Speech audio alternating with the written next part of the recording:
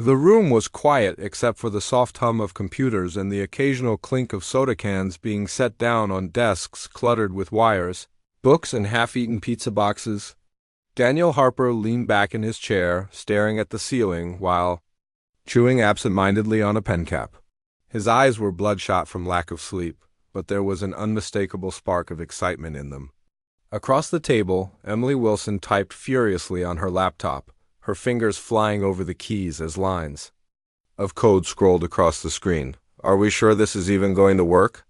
asked Jake Miller, another member of the team.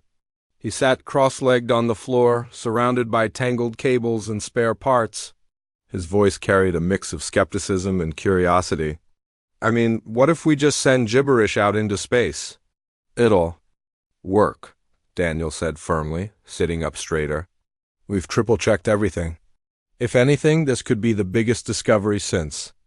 "Well, ever?" Emily nodded without looking away from her screen. "He's right, we've done everything by the book. Well, mostly." She paused for a moment, then added with a grin, "Okay, maybe not exactly by the book, but close enough." The three of them were students at Midwestern State University, working late into the night in a small lab that had been unofficially claimed as their own. They weren't part of any official research program, just a group of friends who shared a passion for science fiction and a desire to push boundaries. What started as a casual project during one of their physics classes had grown into something much bigger, an attempt to send a message into deep space. Their plan was simple, or at least it sounded simple when they first came up with it. Using old satellite equipment scavenged from campus storage rooms along with some creative coding from Emily, they hoped to transmit a signal far beyond Earth's atmosphere. The goal wasn't to reach anyone specific. No one really knew if intelligent life existed out there. It was more about proving that such communication was possible. At least that's how they justified it to themselves, but as the hours ticked by and the final pieces fell into place, doubts began creeping in. Jake voiced the question none of them wanted to admit. What happens if someone actually answers? Daniel shrugged, trying to sound confident. Then we'd have proof aliens exist. Isn't that worth it? Jake frowned. Yeah, but what? If they're not friendly, what if they come here? Emily finally looked up from her screen, rolling her eyes.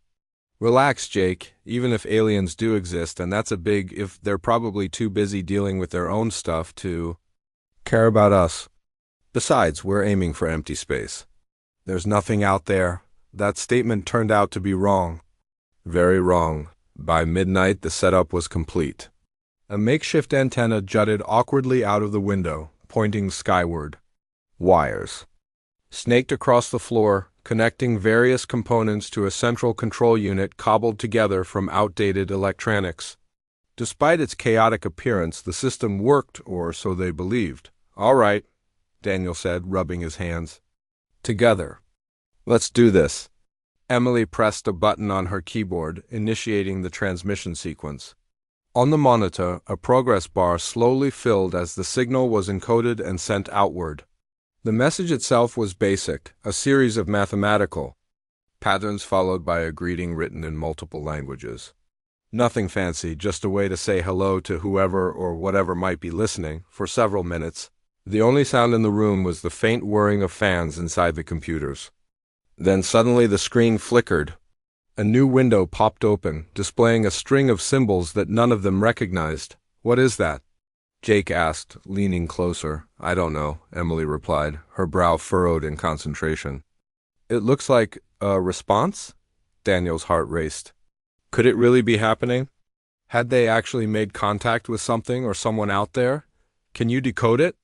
he asked eagerly. "I'll try," Emily muttered, her fingers dancing across the keyboard again. After a few tense moments, she let out a triumphant laugh. "Got it, it says. Further communication required. That's it. Just those 3 words." The trio exchanged stunned looks. For a moment, no one spoke. Finally, Jake broke the silence. "So, now what?" "We respond," Daniel said simply. "Obviously."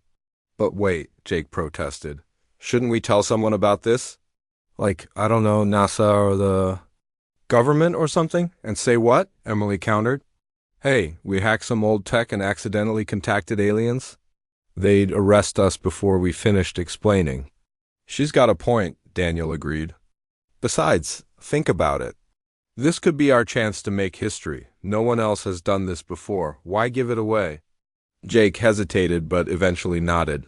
Fine, but if this goes sideways, I'm blaming both of you. With that settled, Emily crafted a reply. It was short and straightforward, awaiting further instructions. Once it was sent, all they could do was wait. Word spread quickly after that. Not intentionally, of course. Late that night, Daniel posted a brief update about their experiment on social media, careful to omit any details that might get them into trouble.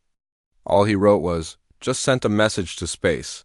Who knows what might happen next?" Within hours, the post went viral. People around the world were captivated by the idea of amateur scientists attempting to communicate with extraterrestrial life. News outlets picked up the story, speculating wildly about the implications. Some praised the students for their ingenuity. Others criticized them for playing with forces they didn't understand. Back in their lab, the trio watched the chaos unfold online with growing unease. Messages poured in from strangers congratulating them, questioning their motives or warning them of impending doom. Conspiracy theorists claimed the entire thing was a hoax, while others swore the end of the world was near. Amidst the noise, one comment caught Daniel's attention. It read, "You idiots have no idea what you've done." He stared at the screen, feeling a chill run down his spine. Was the commenter just trolling, or did they know something he didn't? Before he could dwell on it too long, Emily interrupted his thoughts. "Guys, look at this," she said, pointing to her laptop. On the screen was a live feed from an amateur astronomer showing strange lights moving through the sky near Jupiter's orbit. "They're coming," Jake whispered, his voice barely audible. Unbeknownst to the students, their signal hadn't reached empty space at all. Instead, it had been intercepted by a relay station belonging to the Zalari Concord, a peaceful alliance of alien species scattered throughout the galaxy. To the Zalari, the message was intriguing but ultimately harmless, a primitive species. Reaching out for the first time, however, due to a minor translation error, the response generated by the automated system was misinterpreted by the students' software as an invitation to visit Earth. Excited and naive, the trio shared their findings online, sparking widespread speculation and panic. Meanwhile, the Zalari dispatched a small delegation to investigate. Their ships were unarmed and equipped only with tools for peaceful interaction. They expected to find a curious yet docile species eager to learn about the universe. What they encountered instead would change everything, for better or worse. As the alien fleet approached Earth, another presence stirred in the shadows of the solar system. Ancient watchers awakened, drawn by the same signal that had lured the Zalari. These beings remembered Earth all too well and feared it more than anything else in existence. Little did anyone know, humanity's greatest blunder was about to become its defining moment. And soon the galaxy would learn why humans were known as the most dangerous species in the universe. This concludes part 1 of your story. Let me know if you'd like to proceed with additional sections or need help formatting this into a document. The lights moving near Jupiter's orbit grew brighter with each passing hour.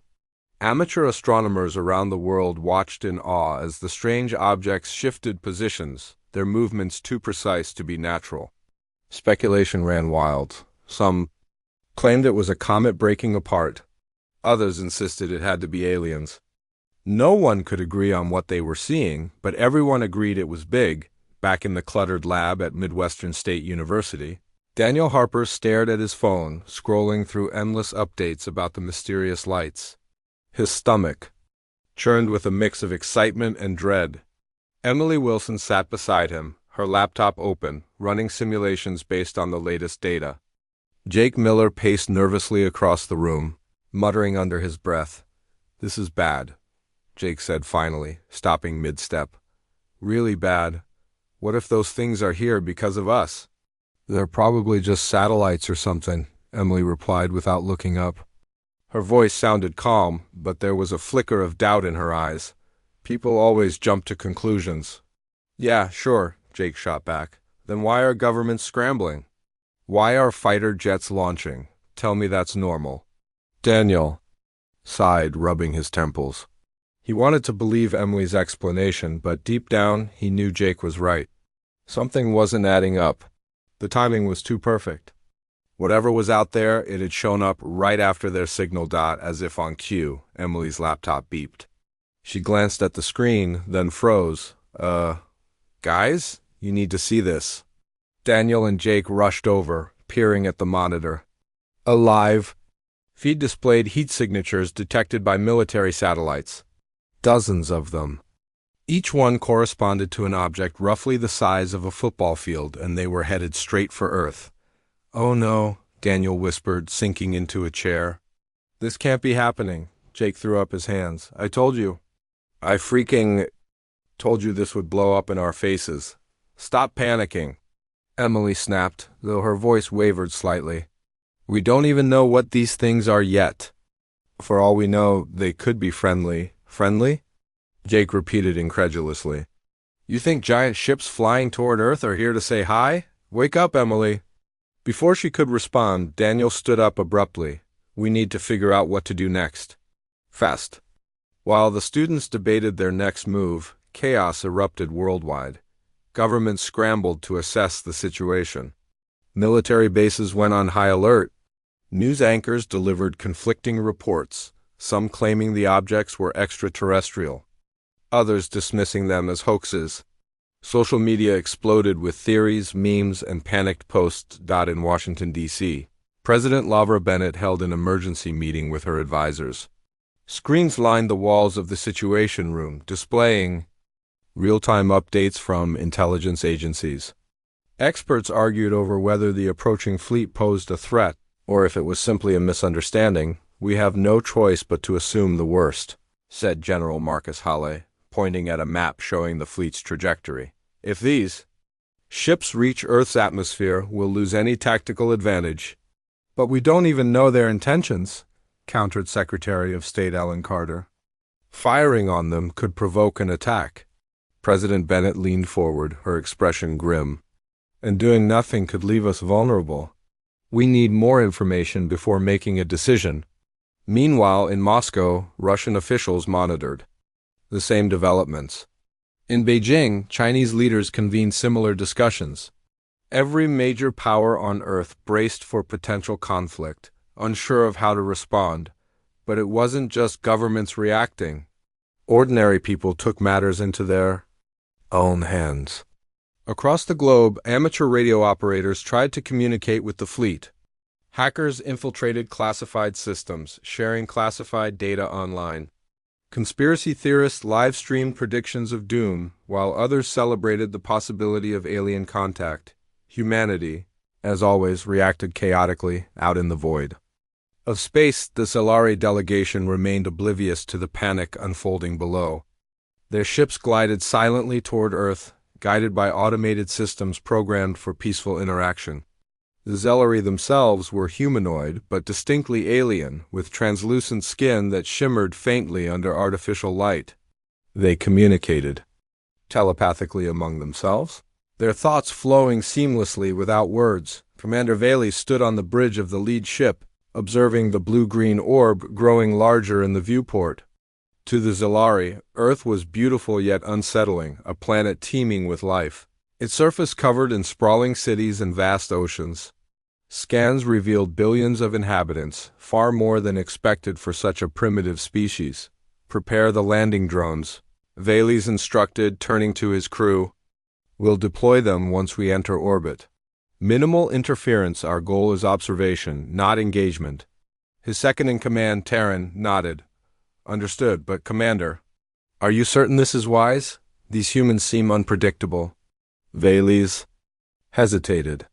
He had read the reports detailing humanity's violent tendencies, the wars, the conflicts, the rapid technological advancements fueled by competition rather than cooperation.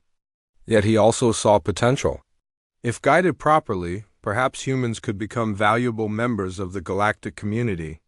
They've invited us, Valey's reminded her. We must honor that invitation. Neither of them realized the invitation had been a mistake.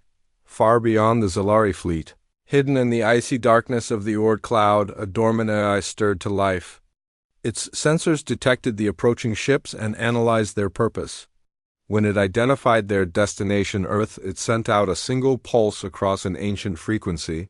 The message traveled faster than light, slicing through the void until it reached its intended recipients, the Deathworlder Armada. For centuries, the Armada had patrolled the edges of known space, tasked with containing threats deemed too dangerous to coexist with the rest of the galaxy.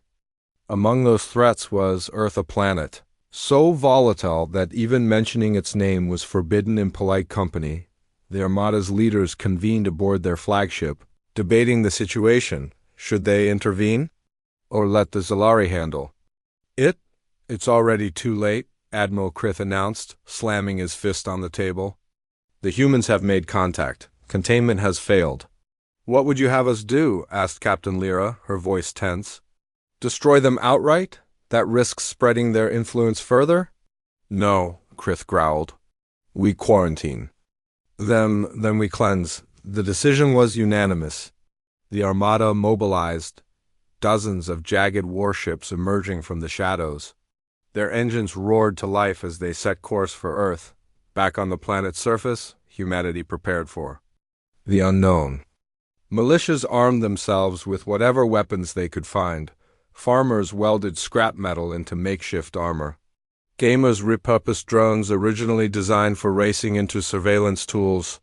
Even children contributed, sketching designs for traps and defenses inspired by movies and video games. In Lincoln, Nebraska, a group of local militiamen gathered around a hastily constructed barricade.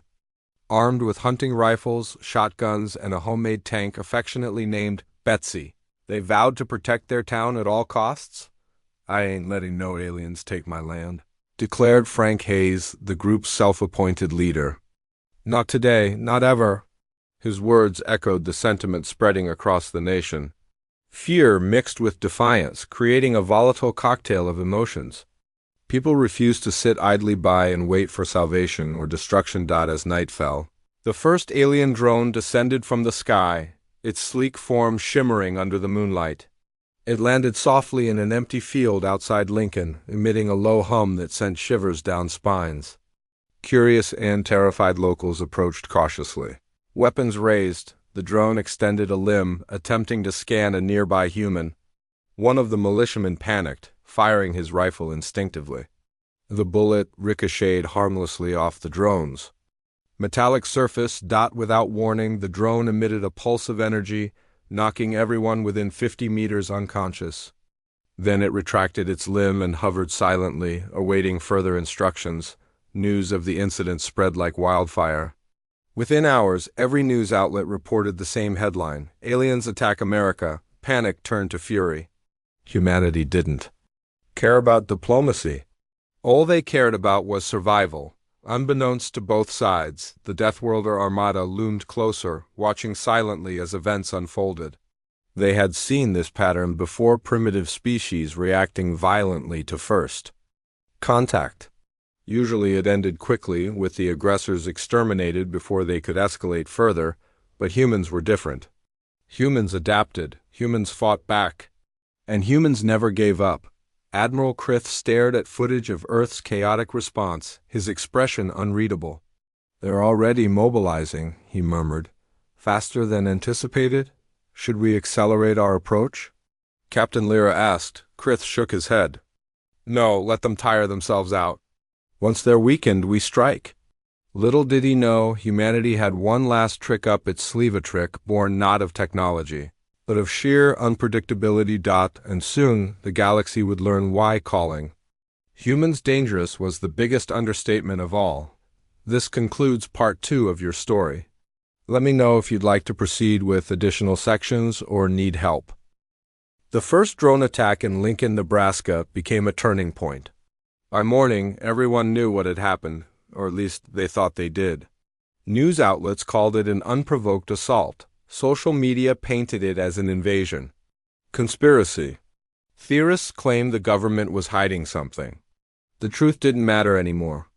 Fear and anger spread faster than facts. In towns and cities across America, people began organizing. Militias that had once focused on hunting deer or patrolling borders now trained for combat against an enemy no one understood. Farmers welded scrap metal into crude armor plating. Gamers hacked drones originally designed for racing, repurposing them as flying cameras. Even teenagers got involved, building homemade EMP devices in their garages using tutorials found online. At the heart of this chaos was Earth Defense Front, EDF, a decentralized movement born out of Reddit threads and Discord servers. EDF wasn't led by generals or politicians. It was run by ordinary people sharing ideas, strategies, and warnings. Their motto quickly went viral: "If they come for us, we'll hit back harder." Daniel Harper, Emily Wilson, and Jake Miller found themselves thrust into the spotlight. What started as a small experiment in a college lab had spiraled into something none of them could control. Reporters camped outside their dorms, demanding answers. Politicians accused them of recklessness. Some called them heroes. Others called them criminals, but Daniel didn't care about fame or blame. He cared about survival. "We need to help," he told Emily and Jake during a late-night meeting in their cluttered lab. "We started this mess. We have to fix it." "How?" Jake asked, throwing up his hands. "We're just students." "We can't fight spaceships." Emily leaned forward, her eyes sharp despite her exhaustion. "Maybe not directly, but we've got brains. And we've got access to tech most people don't even know exists." She pulled up a blueprint on her laptop, a design for a signal jammer capable of disrupting alien communications. It wasn't perfect, but it might buy humanity some time. "Where do we get the parts?" Daniel asked. Emily smirked. "Leave that to me." While the students worked on their plan, the world braced for impact. Governments issued conflicting orders. Some urged citizens to stay indoors, others encouraged resistance. In Russia, tanks rolled through streets as soldiers prepared for urban warfare. In China, massive drills simulated alien invasions, testing the population's readiness. Meanwhile, the United States deployed fighter jets and missile systems, though military leaders admitted they had no idea how effective such weapons would be against advanced technology. But the real action wasn't happening in official channels. It was happening in basements, garages, and fields. Ordinary people refused to wait for instructions. They acted. In Colorado, a group of teenagers launched a weather balloon rigged with explosives. They aimed it at one of the alien ships orbiting Earth, hoping to cause damage or at least send a message. When the balloon exploded harmlessly against the ship's hull, the teens cheered anyway. For them, it wasn't about winning. It was about fighting back. In Texas, a retired NASA engineer named Robert Hayes reprogrammed an old satellite. Using equipment scavenged from junkyards, he managed to redirect its solar panels to focus sunlight onto an alien drone hovering over Houston. The intense beam of light disabled the drone temporarily, giving local defenders enough time to destroy it with rocket launchers. Stories like these flooded social media, inspiring others to take action. Humanity's response was messy, uncoordinated, and utterly unpredictable. To the aliens watching from above, it must have seemed insane, and yet, it worked. Commander Vales watched the footage with growing unease. The Zalari delegation had expected confusion, perhaps even hostility. What they hadn't anticipated was outright defiance on such a massive scale. Every attempt to communicate peacefully ended in violence. Every landing drone sent to gather samples was met with gunfire or worse. "This species is impossible," Taryn muttered, shaking her head. "They refuse to listen. They refuse to cooperate." Vales frowned. "Perhaps we underestimated them." On the main view screen, images streamed in from multiple sources. Humans arming themselves with improvised weapons, hacking alien technology, and coordinating attacks via online platforms. It was chaos, but it was organized chaos. Despite their primitive tools, humans adapted rapidly, finding ways to counteract the Zalari's superior technology. "They're learning," Vales said quietly. "Faster than any species we've encountered before." Taryn turned to him, her expression grim. What do we do now? If we continue this way, there will be casualties on both sides. Before Valles could respond, alarms blared throughout the ship. A red warning flashed on the screen. Incoming threat detected. What is it? Valles demanded. The Deathworlder Armada, Terran replied, her voice trembling. They're here. Admiral Krith stood on the bridge of his flagship, observing the unfolding disaster below. The Zelari fleet hovered uncertainly in Earth's orbit, their attempts at diplomacy failing miserably. Meanwhile, humanity fought back with ferocity that bordered on madness. Primitive species, Krith growled, his tone dripping with disdain. Always reacting, never thinking. Captain Lyra stepped forward, pointing at a monitor displaying. Live feeds from Earth. Sir, look at this. They've already damaged 2 of our scout ships. Their tactics are unconventional. Krith grunted. Unconventional doesn't mean effective. Destroy them. But Sir, Lyra hesitated. Their numbers are overwhelming, and their adaptability. It's unlike anything we've seen. That's why we quarantine them, Krith snapped. Containment failed. Now we cleanse. He gave the order to deploy ground forces. Dozens of warships descended toward Earth, their jagged forms slicing through the atmosphere like knives. Each vessel carried hundreds of troops equipped with weapons designed to neutralize threats quickly and efficiently, but Krith made one critical mistake. He underestimated humanity's resourcefulness. Back on Earth, the arrival of the Deathworlder fleet only fueled humanity's determination. Instead of retreating, people doubled down. Hackers infiltrated alien systems, planting viruses that disrupted navigation and communication. Engineers modified civilian vehicles into mobile weapon platforms. Even children contributed, sketching designs for traps and defenses inspired by movies and video games. In Ohio, a group of basement-dwelling programmers cracked the encryption on one of the Deathworlder drones. They discovered a vulnerability in its AI core, a flaw that allowed them to rewrite key commands. With a few keystrokes, they turned the drone against its own kind, sending it crashing into a nearby warship. The victory was small but significant. For the first time, humanity realized the aliens weren't invincible. Word of the hack spread instantly. Within hours, similar attacks were launched worldwide. Drones malfunctioned. Ships collided. Entire squadrons vanished into the void. Even Admiral Krith began to doubt his strategy. On his flagship, reports poured in of failures and setbacks. His troops, trained to face predictable enemies, struggled to adapt to humanity's unpredictable nature. What is happening? Krith roared, slamming his fist on the console. Why can't we contain them? Captain Lyra hesitated before answering. Sir, maybe containment isn't possible, Krith glared at her. Explain. They're not just fighting us, Lyra said slowly. They're evolving, adapting, learning from every encounter. We're dealing with a species that thrives on chaos and turns it into strength. For the first time, Krith felt a flicker of doubt. Could they really win against such an opponent? As the battle raged on, Daniel, Emily, and Jake finalized their signal jammer. With help from volunteers around the world, they gathered the necessary parts and assembled the device in record time. It wasn't pretty wires stuck out at odd angles, and duct tape held several components together, but it worked when activated. The jammer emitted a pulse that disrupted alien communications within a 50-mile radius.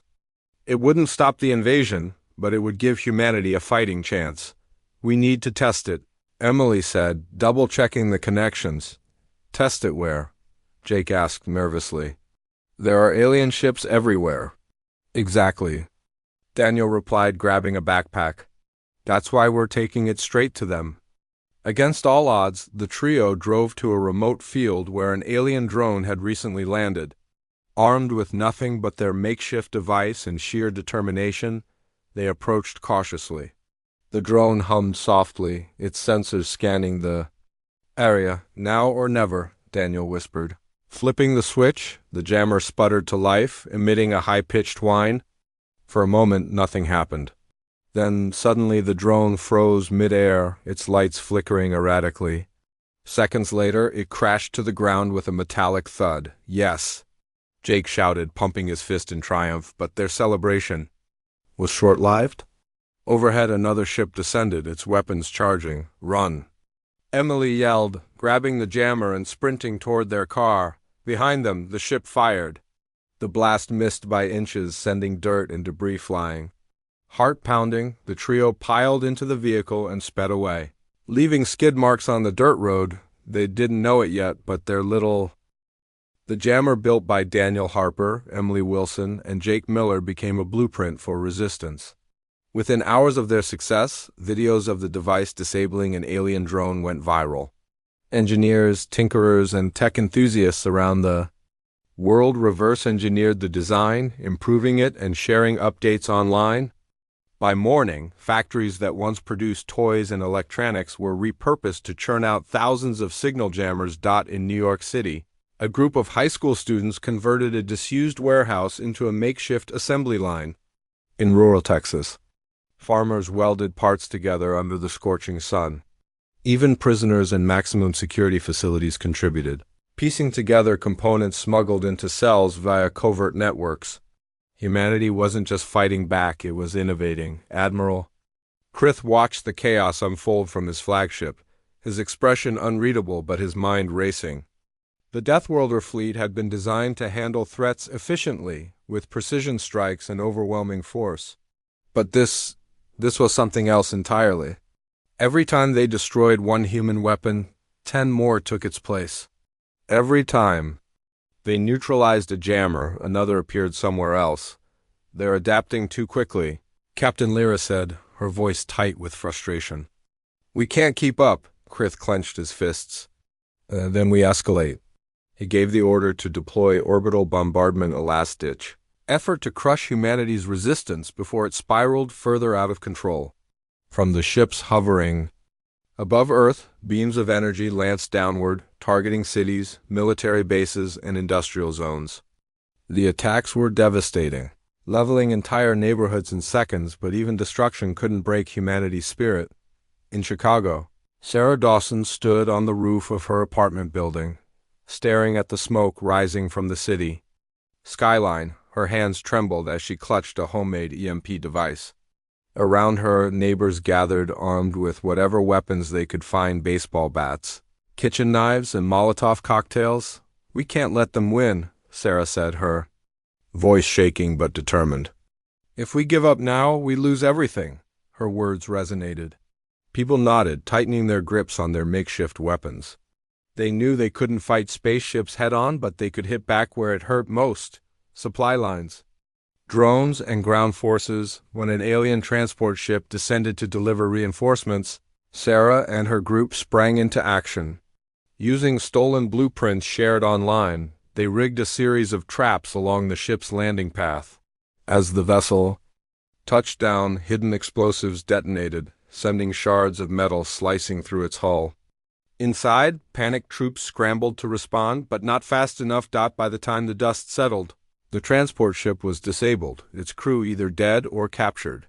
Sarah's group celebrated briefly before moving on to their next target. Across the globe, similar victories played out. Humanity's decentralized resistance proved impossible to pin down.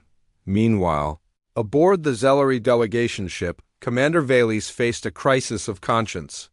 His mission had been clear: observe, assess, and establish peaceful contact.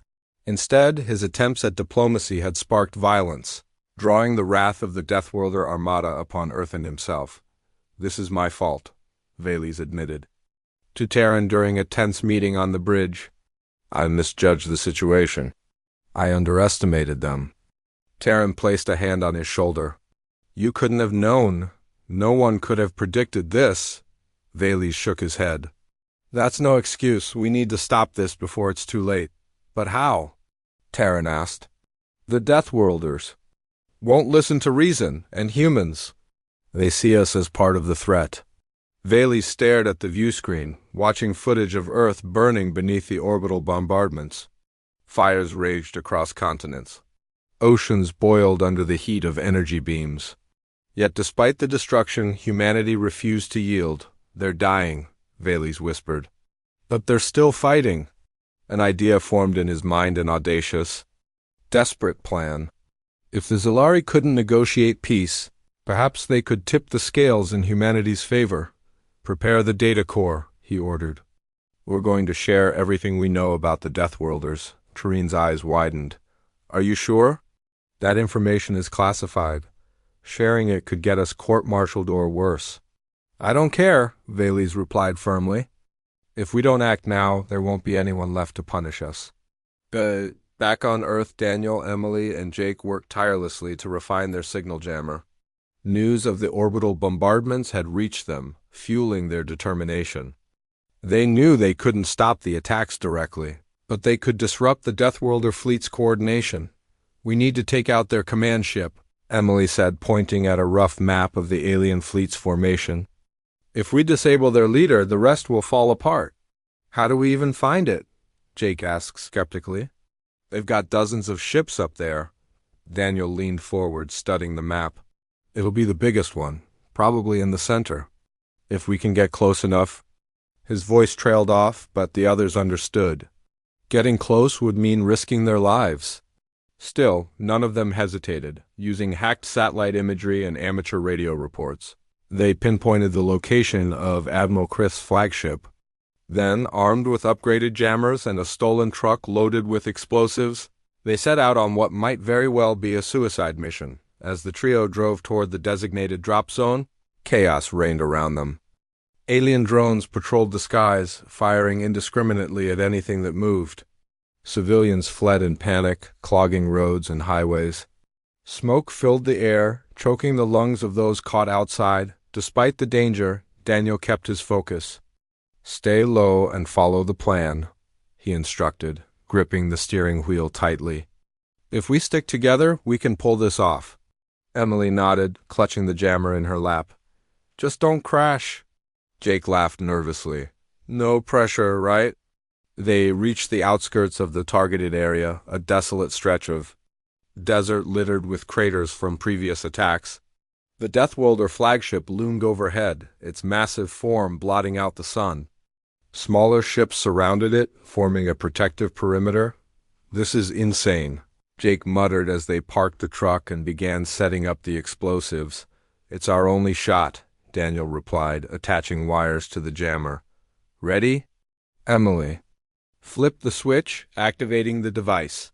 A low hum filled the air as the jammer emitted its pulse, disrupting the flagship's communications. Above them, the ship shuddered, its systems momentarily offline. Now! Daniel shouted. The three of them sprinted toward the truck, diving inside just as the explosives detonated.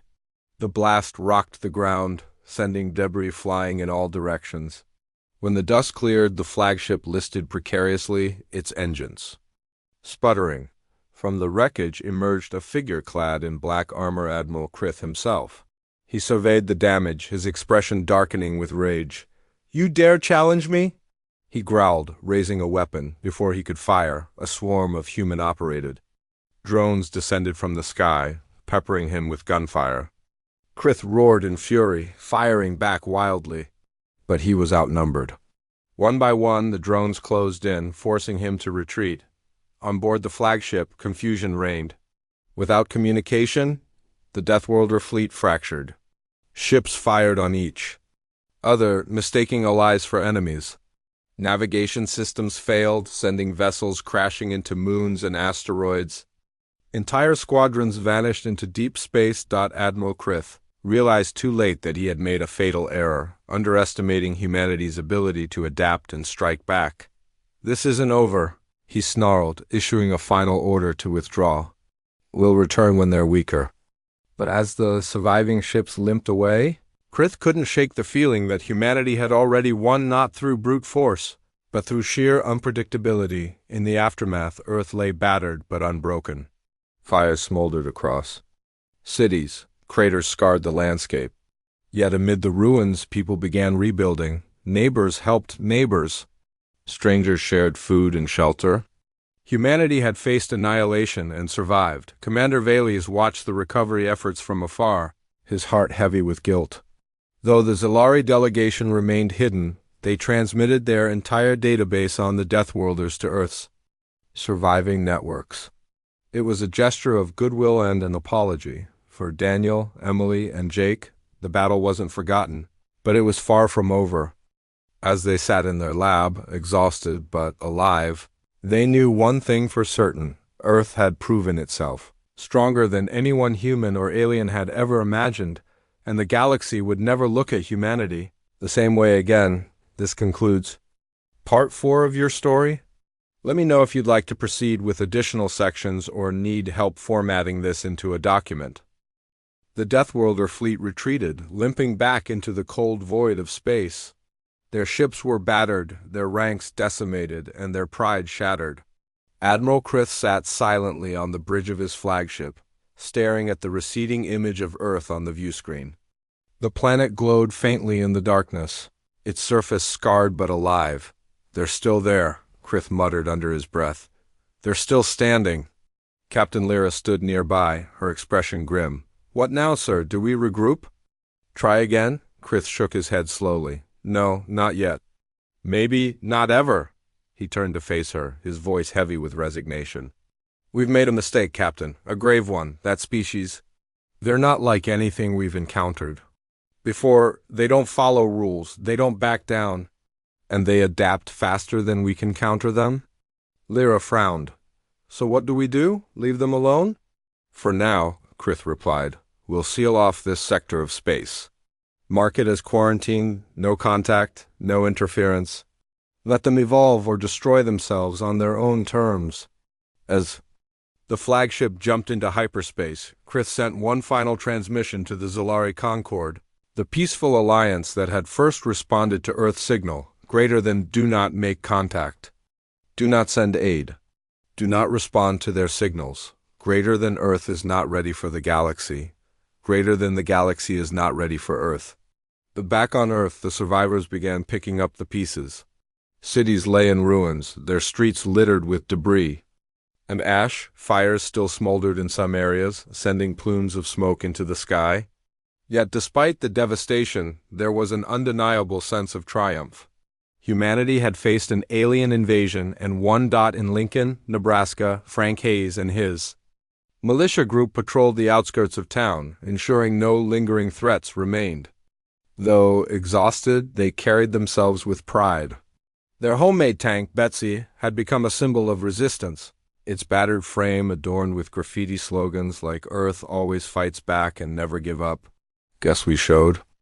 Huh?" Frank said, grinning at his fellow militiamen. "Took everything they had, and we're still here?" His words echoed across the world. In every corner of the planet, people celebrated their improbable victory. Social media buzzed with stories of heroism and ingenuity. Videos of teenagers hacking alien drones went viral alongside footage of farmers turning tractors into mobile weapons platforms. Humanity's chaotic, decentralized response had proven stronger than anyone expected, even themselves, but not everyone celebrated.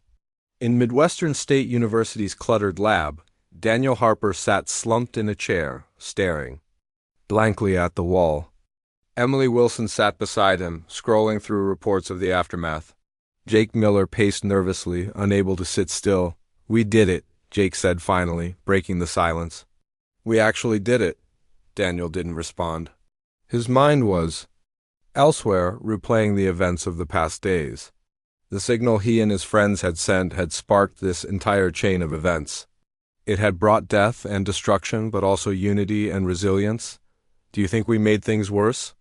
Daniel asked quietly. Emily looked up from her laptop, her expression thoughtful. "Maybe, but maybe not. Look at what happened. People came together. Strangers helped strangers. We fought back against something way bigger than us, and we won." Jake nodded. "Yeah, and hey, at least we didn't get arrested." Yet that earned a weak laugh from Daniel. For the first time in days, he felt a glimmer of hope. Whatever mistakes they had made, humanity had risen to meet the challenge.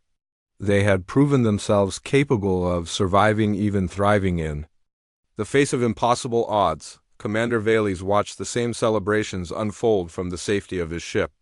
The Zellari delegation remained hidden, observing Earth from a distance. Though they hadn't participated directly in the conflict, Their decision to share classified data about the Deathworlders had tipped the scales in humanity's favor. "It's remarkable," Terran said, standing beside Vales on the bridge. "They've already started rebuilding. Most species would collapse after something like this," Vales nodded. "Yes, remarkable and terrifying. They're unpredictable, dangerous, but also inspiring." Terran raised an eyebrow. "Inspiring?" Vales smiled faintly. "Think about it. They faced annihilation and refused to give up. They adapted. They improvised. They worked together even when they didn't have to. That kind of spirit? It's rare. But what happens now?" Terran asked. "Do we leave them alone or try to reach out again someday?" "For now, we leave them alone," Vales replied. "They're not ready for the galaxy, and the galaxy isn't ready for them. But someday, perhaps." He turned back to the view screen, watching as Earth rotated silently in the darkness. Despite everything, the planet was beautiful, a testament to life's tenacity and creativity. Months passed, and Earth began to heal. Governments worked together to rebuild infrastructure, pooling resources and expertise. Ordinary citizens pitched in however they could, sharing knowledge and skills online. What had once been a fractured, divided world now felt more united than ever. In Ohio, the basement-dwelling programmers who had hacked the alien drone became local celebrities. Their makeshift workspace was transformed into a community tech hub, where kids learned coding and engineering. One of them, a shy teenager named Alex, proudly displayed a framed photo of the disabled drone on the wall. "This is history," Alex told visitors. "Proof that we can do anything if we work together." In Colorado, the group of teenagers who had launched the explosive weather balloon received scholarships to study aerospace engineering. Their teacher joked that they might end up designing Earth's first interstellar spacecraft. Even the United Nations took notice, forming a new committee dedicated to preparing for future extraterrestrial encounters. Experts debated policies, protocols, and strategies, but everyone agreed on one thing: humanity wasn't going to wait around for aliens to decide its fate. One evening, Daniel Harper gave an interview from the same lab where it all began. Cameras flashed as reporters crowded around him, eager to hear the story behind the alien war. Daniel tried to sound humble, but his excitement was hard to hide. "We didn't mean for any of this to happen," he admitted.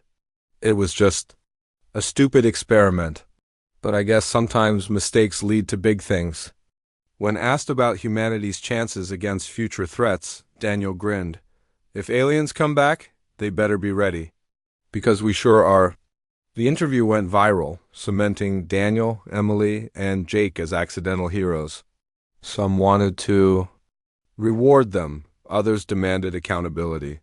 But most simply admired their courage and their role in proving that humanity could rise to any challenge, unbeknownst to Earth. The galaxy watched and waited. News of humanity's victory spread quickly, sparking debates among starfaring species. Some viewed humans as a dangerous anomaly, a threat to galactic stability. Others saw potential allies, capable of achieving greatness if guided properly. Among them was a lone Zalari diplomat stationed at the edge of known space. He stared at the video feed of Daniel's interview, shaking his head in disbelief. "Unbelievable," he murmured. "Absolutely unbelievable." He saved the file under a new name. "Do not open until 2500 AD. For now, Earth was safe. Its people had proven themselves strong enough to stand against even the deadliest foes. But deep down, they knew the universe was vast and full of mysteries yet to uncover. And somewhere out there, someone else was watching, waiting, and wondering." This concludes part 5 of your story. Let me know if you'd like to expand on any part or need help formatting this into a document.